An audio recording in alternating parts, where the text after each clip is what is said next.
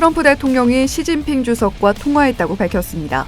테슬라가 자율주행 규제 완화에 힘입어 9%대 급등했습니다. 엔비디아가 $110를 회복했습니다.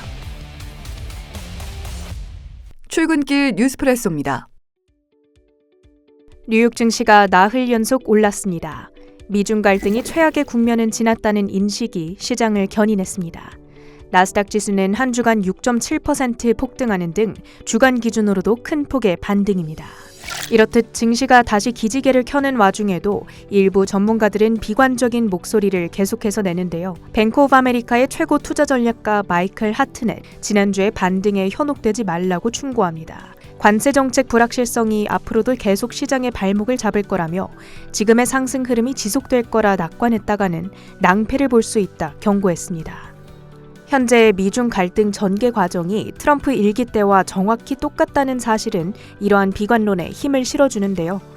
2019년 당시 나왔던 기사 헤드라인들을 타임라인별로 정리해보면 트럼프 대통령은 중국과 통화를 했다며 합의에 곧 도달할 거라 주장하는 반면 중국은 사실이 아니라며 부인하는 등 지금과 정확히 똑같은 양상을 보였습니다. 문제는 그 이후인데요. 트럼프 대통령이 협상이 결렬됐다는 폭탄 선언을 전하며 증시가 다시 한번 크게 하락한 바 있습니다. 당시 트럼프 대통령은 협상이 될 듯 말 듯 사람들을 헷갈리게 한 다음 폭탄을 던져버림으로써 결코 자신이 만만치 않음을 한 번 더 확인시켜줬죠. 그 후 결국 5개월 뒤에서야 무역 합의를 발표한 바 있는데요. 과연 그가 이번에도 동일한 전략을 취할지 궁금해집니다. 테슬라의 로보택시 출시가 6월로 임박한 가운데 트럼프 대통령이 머스크에게 선물 보따리를 안겼습니다. 미국 정부가 자율주행 규제 완화를 발표한 건데요. 전일 교통부가 발표한 새로운 프레임워크의 핵심은 크게 세 가지, 자율주행차 상한선 폐지, 충돌 보고 의무 간소화, 또 주 단위로 상이한 기준을 국가 표준으로 통일하는 방안입니다.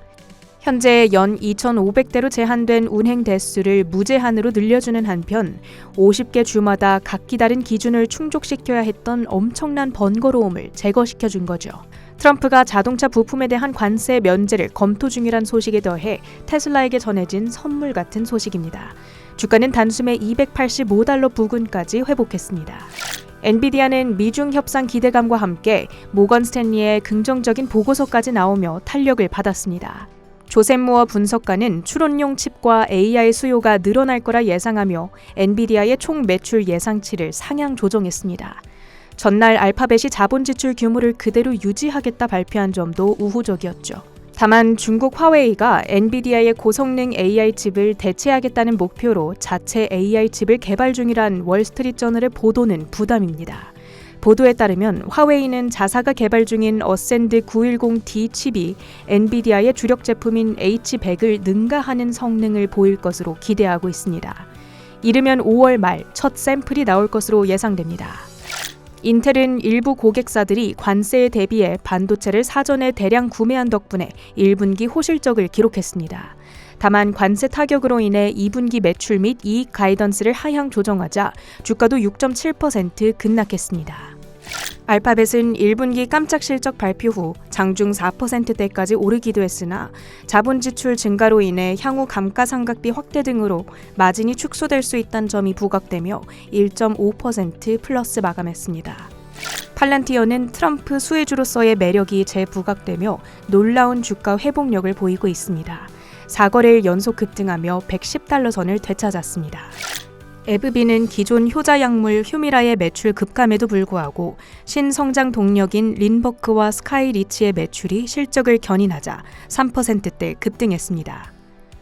서밋 테라퓨틱스는 파트너사인 아케소가 머크의 키트루다와 경쟁할 항암제를 개발하기 위한 승인을 중국 당국으로부터 따냈다는 소식이 들려왔지만 주가는 세론으로 반응하며 36% 폭락했습니다.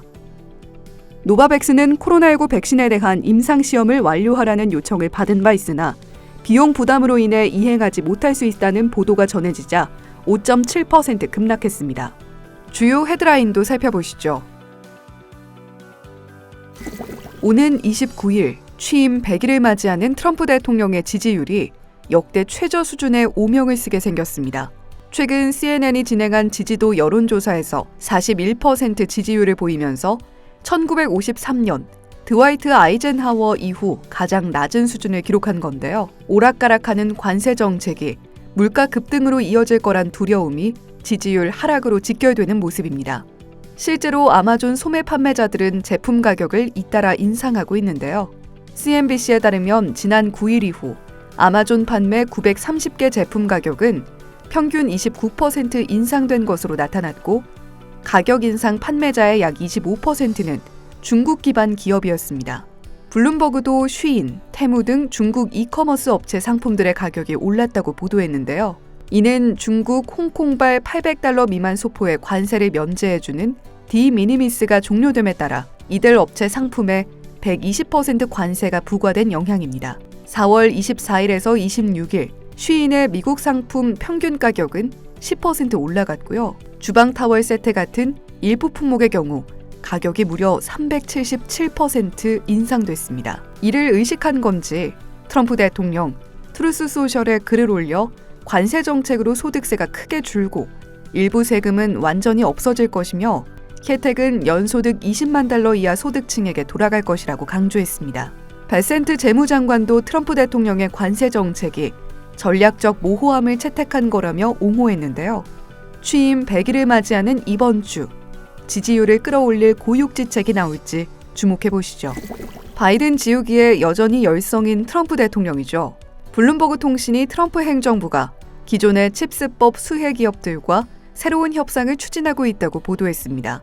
칩스법은 미국 내 반도체 제조를 촉진하고 아시아 기업 의존도를 낮추기 위해 2022년 바이든 행정부가 $520억 달러를 지원하기로 한 반도체 육성법인데요.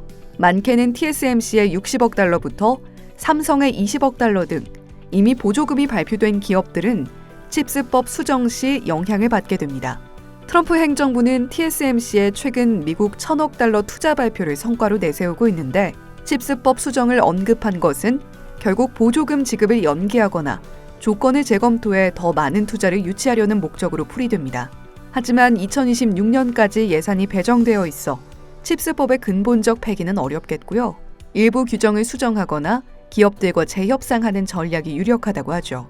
미국 내 반도체 산업에 열을 올리는 사이 월스트리트 저널은 중국 화웨이가 미국의 반도체 수출 규제에 맞서 엔비디아 고성능 칩 H100을 대체할 자체 AI 칩 어센드 910T를 5월 말 출시할 예정이라고 보도했는데요. 미국 내 움직임뿐 아니라 중국의 AI 패권 야망 소식도 놓치지 말아야겠습니다. 이번 주 현지 시간 수요일 마이크로소프트와 메타가, 목요일엔 아마존, 애플이 실적을 발표합니다. 그런데 월가에선 추정치를 경계하자는 목소리가 높은데요. 월가는 현재 매그니피센트 7 종목에 대해 올 한 해 평균 15%의 이익 성장을 전망하고 있고 S&P 500의 연간 EPS 전망 하락폭이 2020년 이후 최대를 기록하는 와중에도 M7 종목들만큼은 3월 이후 EPS 추정치 변화가 크지 않다는 점에 주목하고 있습니다. 애플은 가격 인상을 회피하고자 하는 수요 유입으로 실적이 나쁘지 않을 가능성, 아마존은 관세 리스크에도 웹 서비스 부문 마진율이 완충작용을 해줄 가능성 등이 언급되지만 평균 22% 관세율 가정으로 총 마진이 낮아지면 S&P 500 기업들이 올 한 해 7% 순이익 감소를 초래할 수 있음에도 불구하고 현재 컨센서스는 여전히 12% 성장을 가리키고 있습니다. 때문에 실적이 추정치를 하회한다면 추가 매도세를 주의해야 한다는 경고가 나오는 거죠. 반대로 그간 주가 조정으로 알파벳이 향후 12개월 PER 기준 10년 평균치 21배를 하회하는 17배까지 내려오는 등 M7 종목들의 밸류 매력이 올라갔다는 점에 주목하기도 합니다. 주말 사이 미국 투자자 사이 전설로 여겨지는 마크 미네르비니도 과도한 비관이 싹틀 때가 오히려 기회라며 S&P 500 지수에서 보통 베어마켓 저점에서 포착되는 희귀 강세 신호가 포착됐다 말했죠. 그 밖에도 올해 가이던스나 지출 전망 등도 여전히 중요한 실적 관전 포인트가 될 텐데요. 낙관과 비관 사이 나오는 주요 기업 실적들, 이번 주도 저희 뉴스프레스와 함께 하시죠.